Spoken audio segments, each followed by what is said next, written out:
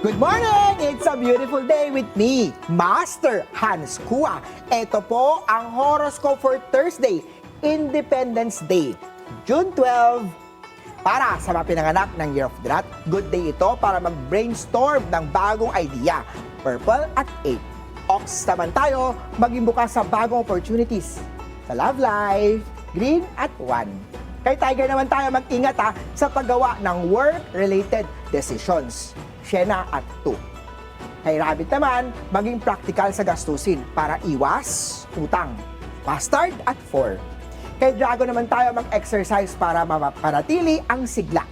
Lilac at 6. Kay Snake naman tayo, ang determination mo ay equals to success. Burgundy at 7. Ito naman, Kay of the Horsey, ang romantic gesture mo ay magpapalakas ng koneksyon nyo ni partner. Navy at 9. Kay Year of the Sheep naman tayo, iwasan ang pagpupuyat bigyan ng sapat na pahinga ang katawan. Health is wealth.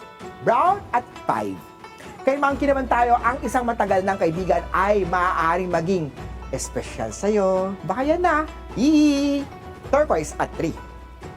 Kay Year of the Rooster naman tayo, eat on time para iwas sakit White at 1. Kay Year of Dog naman tayo, spend quality time with your loved ones. Copper at 2.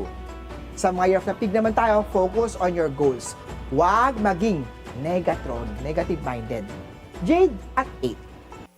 Paalala lang, ito pa'y patnubay lamang. Ang tunay na swerte ay nagsisimula sa pagiging totoo. Abangan na araw-araw ang horoscope of the day. Dito lang po sa It's a Beautiful Day with me, Master Hans Kua.